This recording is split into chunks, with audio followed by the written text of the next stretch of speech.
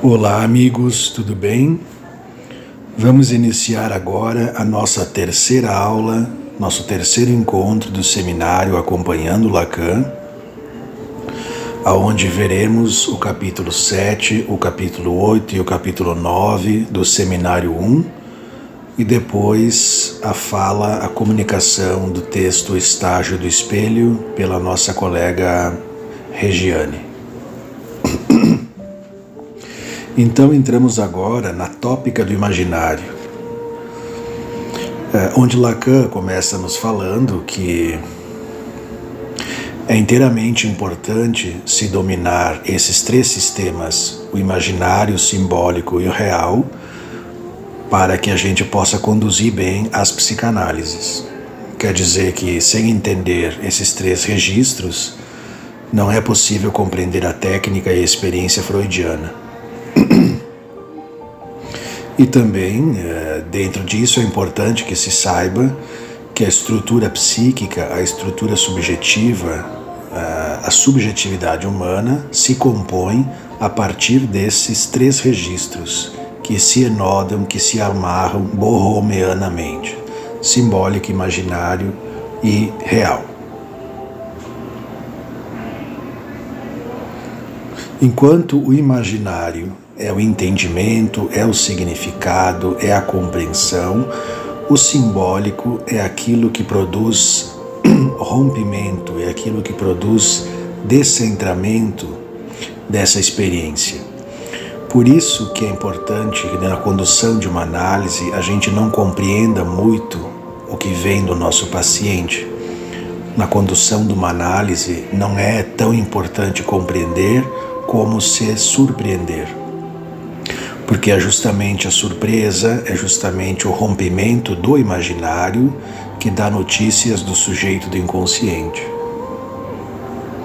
Vocês veem, portanto, que o analista precisa estar em condição de suportar um certo grau de não saber. É preciso suportar a castração, é preciso suportar o não domínio da experiência no sentido daquilo que vem do paciente. E também é importante pensar isso olhando para a forma com que Melanie Klein trabalhava como exemplo do que não fazer, que o saber a respeito do paciente está do lado do paciente, não do analista. O analista deve saber manejar a técnica, deve saber conduzir uma psicanálise, mas sobre o paciente, o saber sobre o inconsciente, os sintomas, os significados do paciente, está do lado do próprio paciente, não do analista. Por isso que ele traz em cena no seminário a Melanie Klein, porque ela trabalhava de forma sígnica, onde tudo é signo, onde ela sabia tudo o que acontecia com o paciente, né? Mas saber o que acontece com o paciente, trabalhar como se soubesse, só serve para apaziguar a angústia tanto do paciente como do analista. E não se avança nem um pouco se a gente sabe sobre o paciente. O paciente só avança sobre o nosso não saber. É naquilo que a gente não sabe, não entende, que se produz condições para que o sujeito venha a saber de si.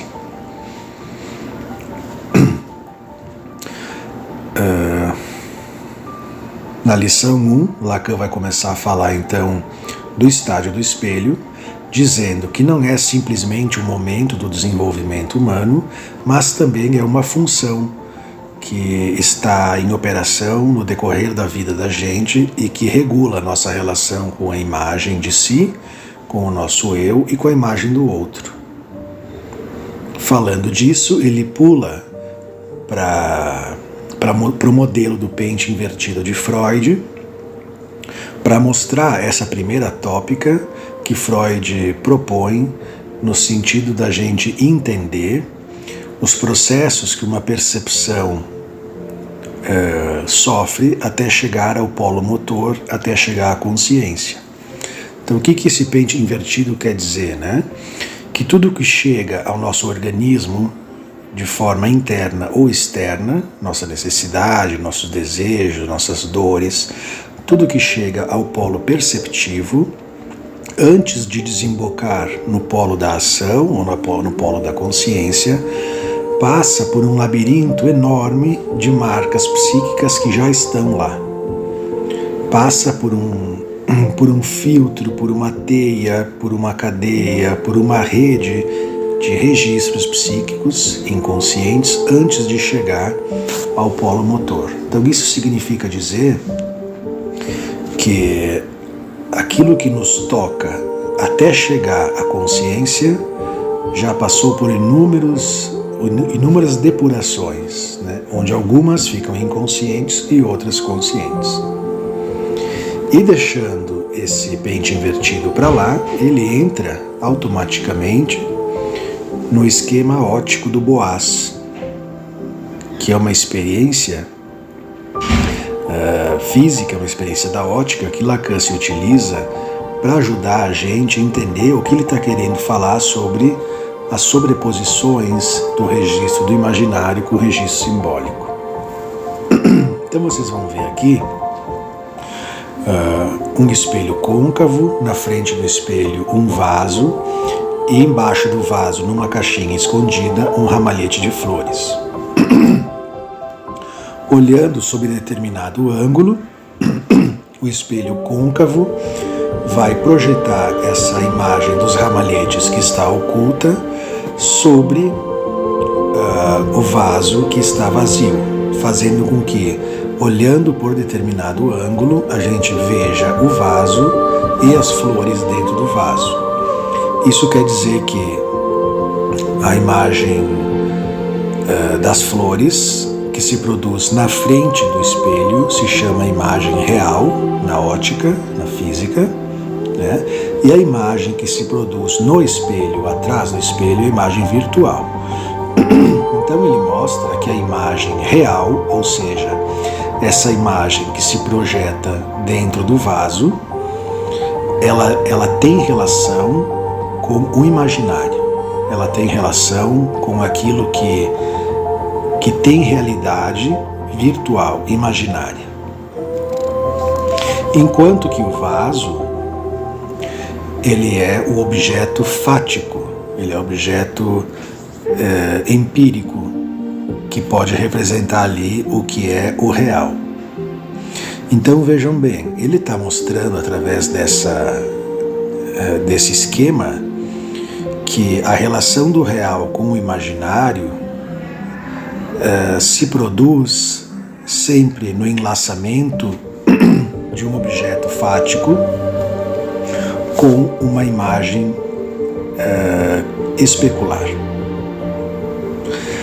É como a gente vai entender a criança, o corpo da criança, o organismo da criança, que seria como esse vaso, e os ramalhetes de flores, o florido, que é recoberto, que é percebido sobre a criança, que diz do como a mãe olha para esse bebê, que diz como a mãe percebe, como a mãe investe o seu libido, o seu imaginário, o seu sexual sobre o bebê. Isso diz então da constituição do narcisismo, né? O como a criança antecipa uma posição fálica, uma posição narcísica, uma posição potente de si, através daquilo que a mãe lhe mostra no olhar, lhe mostra nas palavras, lhe mostra no toque. É isso que aparece aqui de forma mais resumida, né? Que o olhar que é o espelho, né? O olhar da mãe é aqui figurado como espelho, é o que vai permitir a criança não ser apenas um saco de carne, mas ser dotada de atributos fálicos.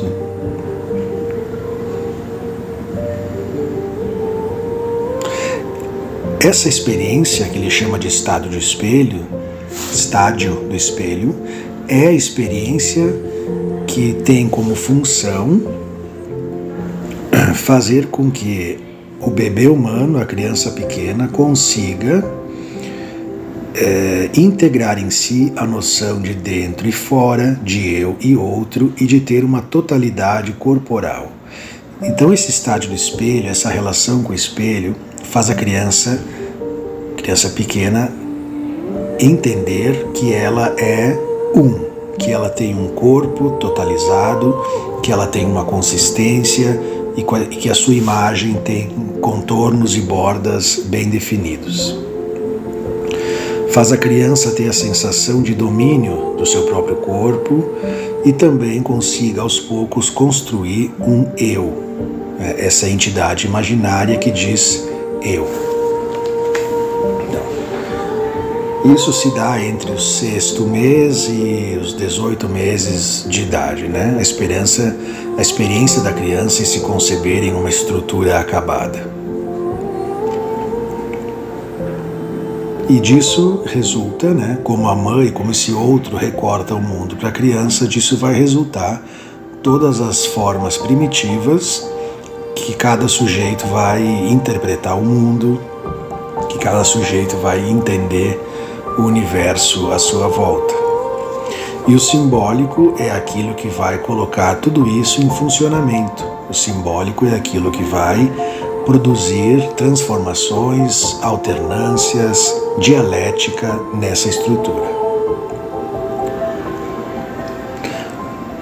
Na lição 3, Lacan retoma o caso do menino atendido por Melanie Klein, aonde Lacan nos mostra que para esse menino, a realidade é toda uniforme, sem diferenciação, como se real e imaginário não se diferenciassem. Mas o que diferencia para a criança o mundo é inicialmente o imaginário, né? É como os pais vão significar para o filho o que é o mundo, né? O valor das coisas, o nome dos objetos. E quando o outro não recorta o mundo para a criança tem uma relação de indiferença em relação ao mundo, como se nada tivesse relevo, como se nada tivesse destaque. E esse caso da Melanie Klein mostra muito bem isso, né? Que se não há um outro, a criança, o bebê humano, não se humaniza. E como a Melanie Klein, através da sua imperícia, ia dando sentido para os jogos, para os movimentos da criança, através da sua imperícia, Lacan diz que pelo menos isso nos serve para entender o que quer dizer quando ele fala que o inconsciente é o discurso do outro. Então, o inconsciente é o discurso do outro na medida em que aquilo que nos habita em termos de estrutura, em termos de cadeia significante, é o que veio dos nossos pais, da nossa família, da nossa cultura. Nosso inconsciente é o discurso desses que nos forjaram, que nos anteciparam. Então, é importante a gente entender que não há sujeito humano sem um outro que o subjetive. O outro é necessário, porque é através do outro que se vai tirar a criança do reino da necessidade, do reino dos instintos, e vai instituir a criança no reino das pulsões, no reino da demanda e do desejo. Então, instinto diferente de pulsão. Na medida em que uma criança entra no universo das palavras, do discurso, ela já não está mais no registro instintual.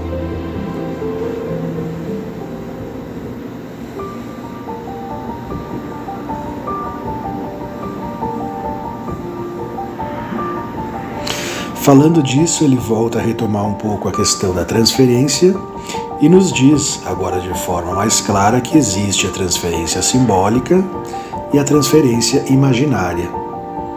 A transferência simbólica é aquela que sustenta a análise do começo ao fim, que Freud chama também de amor.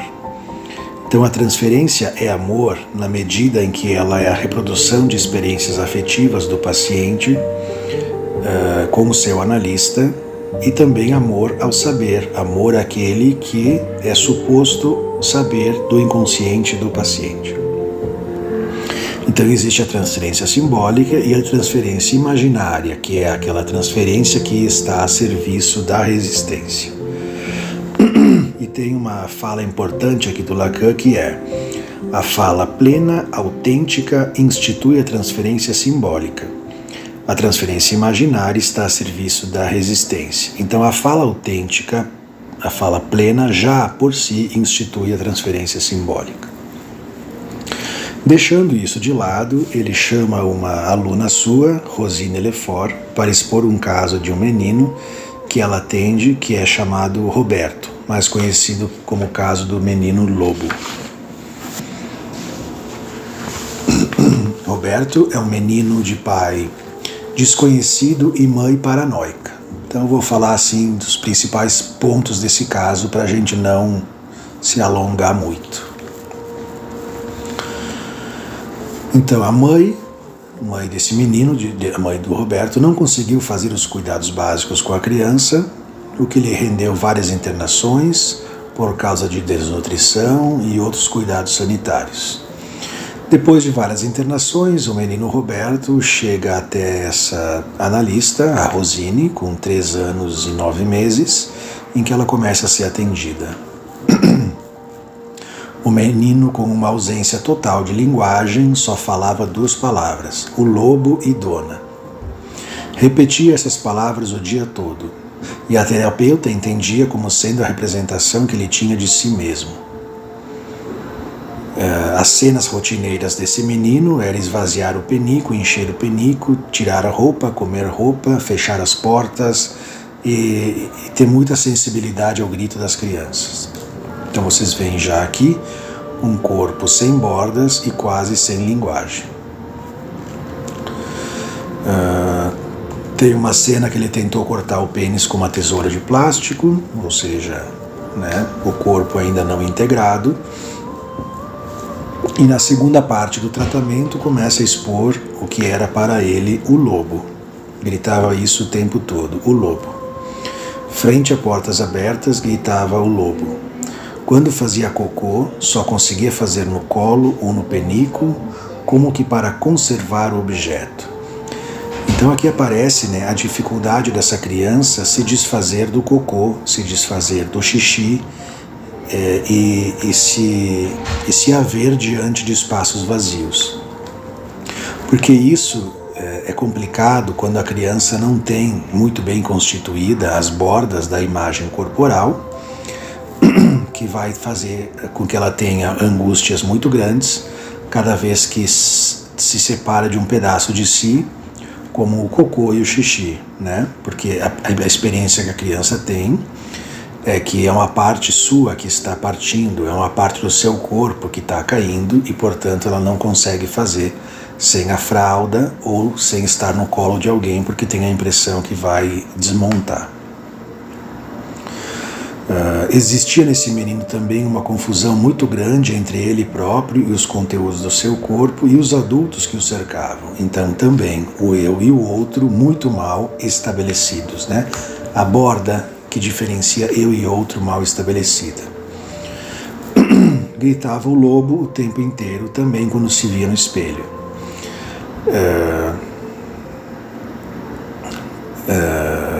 Tinha a necessidade de encontrar um continente para esse corpo despedaçado, que a gente chama de corpo morcelê. Muitas vezes a terapeuta precisava conter ou pegar ele no colo para dar uma sustentação, um continente, digamos assim, essa corporeidade desfacelada.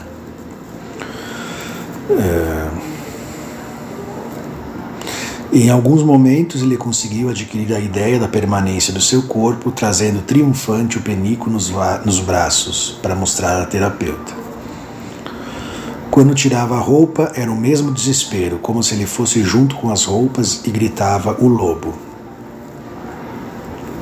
Então isso vai nos mostrando como essa criança estava desorganizada em relação à imagem corporal.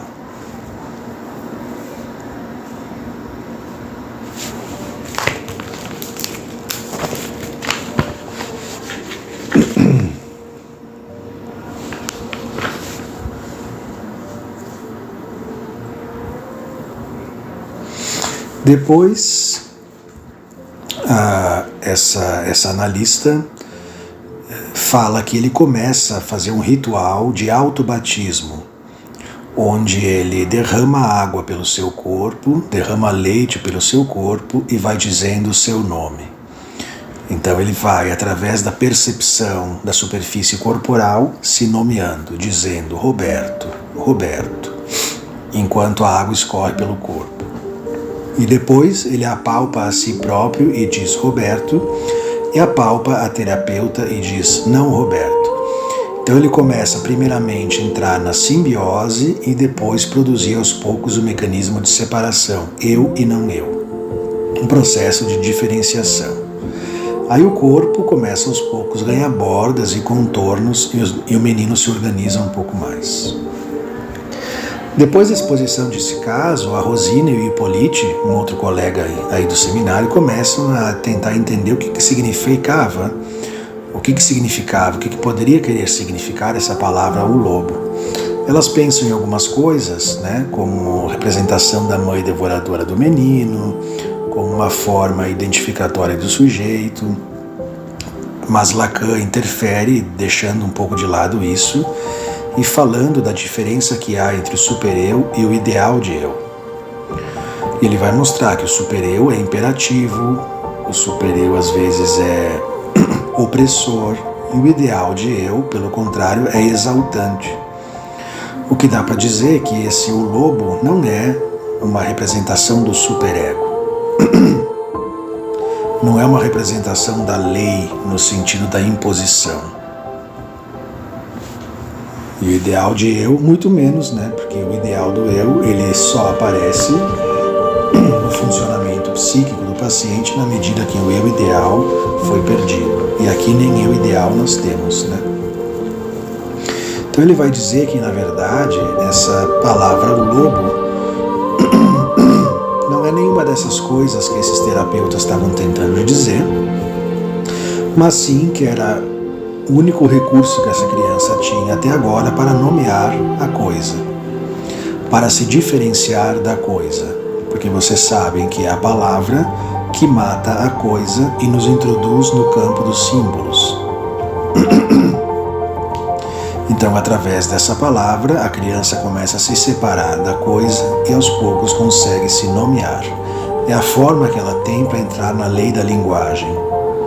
Então, não estava totalmente fora da linguagem. Esse caso, por fim, que a gente está vendo, mostra o fracasso da instauração do imaginário como um caso de autismo, né? Onde o imaginário, que deveria servir para recobrir o real, para dar estabilidade ao corpo, ao mundo, não está presente aí. No capítulo 9, o Lacan deixa de lado esse caso do menino Roberto e volta a falar da questão da palavra plena, da questão da palavra vazia, que a gente já viu, e diz mais uma vez que a análise deve colocar em ato a palavra plena. Que a palavra plena rompe, né, esse imaginário.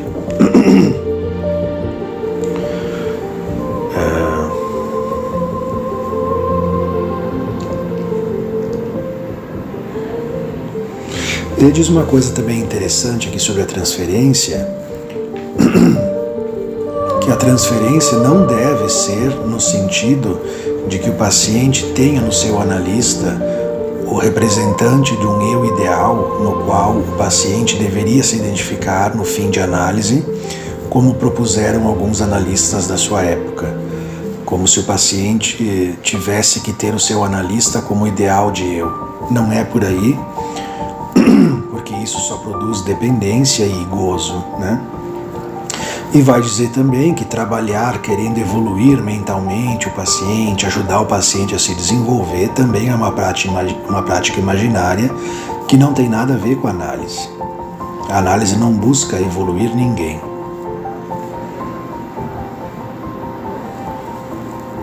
Mas, de qualquer forma, ele diz, né, que a transferência, em sua totalidade empírica, é plurivalente, ou seja, a transferência acontece nos 3 registros, imaginário, real e simbólico. Então sempre existem essas 3 modalidades da transferência aparecer num tratamento. E depois ele introduz o tema do narcisismo, mostrando que esse eu, que a criança adquire, que a criança ascende, esse eu é formado, é antecipado pelo outro, ou seja, quem empresta um eu ao bebê, à criança pequena, é o outro. É importante a gente entender isso, mais uma vez que o eu vem do outro. O eu vai se constituir sobre o fundamento da relação imaginária. Depende que o outro ali o apresente, quer dizer que o eu do sujeito vem do outro. E por fim, ele se introduz um pouquinho nas questões de estrutura e diz que na neurose, quando o paciente, quando o adulto, quando a criança encontra uma dificuldade, encontra a castração, encontra a angústia, ela se refugia, ela recua ao registro do imaginário, que é o registro das fantasias, que é o registro das identificações. E quando o psicótico encontra uma realidade difícil, uma realidade angustiante, ele recua ao registro do delírio e das alucinações, né? Que é o registro onde o que assume a frente ao real como simbólico. Então é isso nessa aula, vocês vão ver que ela toca principalmente na questão do imaginário, do estático do espelho, da constituição do eu e do corpo. Ficamos por aqui, então, nessa aula.